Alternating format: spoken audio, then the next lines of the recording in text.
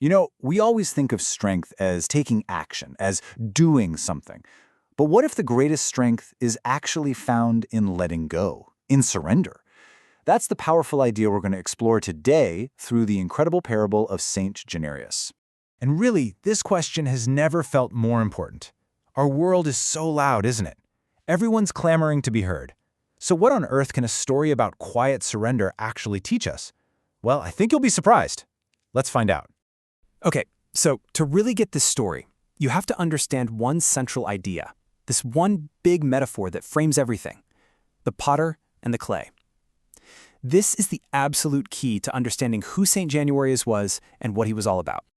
The story sees Januarius as more than just a man, he's a vessel. Picture a clay pot being shaped by a potter. The whole point is that his life wasn't really his own to control. It was made for something so much bigger than his own ambitions or desires. It was designed specifically to hold the divine will. And this sets up the core conflict, doesn't it? On one side, you've got the world, which is loud and demanding and hungry for power. It's just noise. And on the other, you have the vessel's purpose, which is all about quiet, patient service to a higher calling. I mean, the contrast there could not be more clear. So this brings us to the moment of truth in the story, his trial.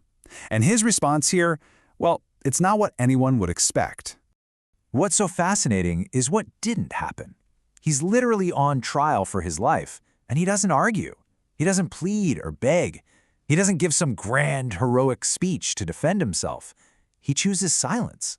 Instead, his response was this quiet, internal prayer of complete and total surrender.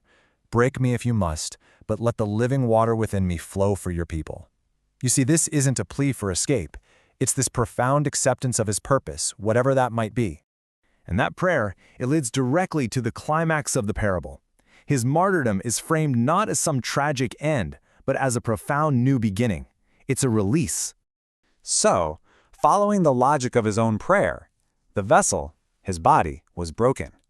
An act that was intended as a brutal execution is transformed, through this metaphor, into something else entirely.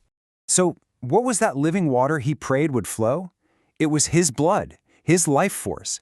And in that moment, it's transformed into a powerful symbol, a final testament to his surrendered life, and a source of grace for the world.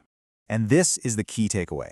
His death wasn't a defeat, not at all. It was the ultimate fulfillment of his prayer, of his purpose.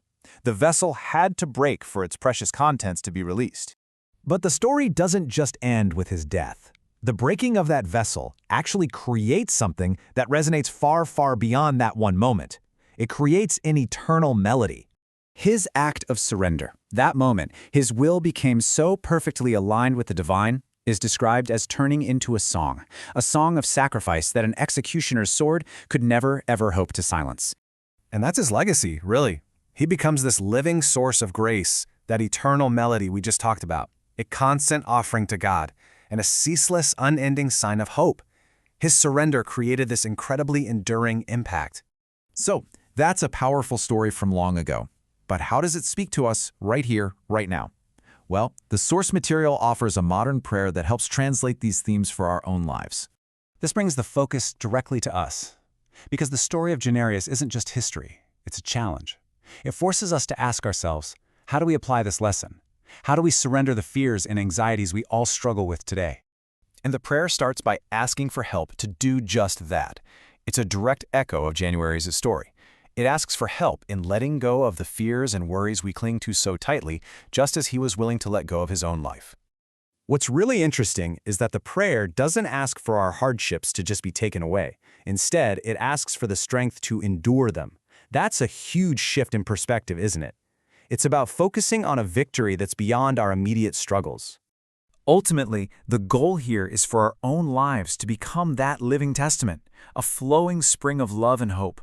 Just like Januarius, a surrendered life can become this amazing source of good for the people around us.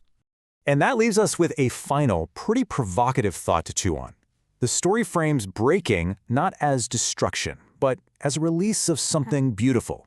So we're left to wonder, what grace, what hope, what living water might be released in our own lives if we were just willing to surrender our tight grip on control? It's definitely something to think about.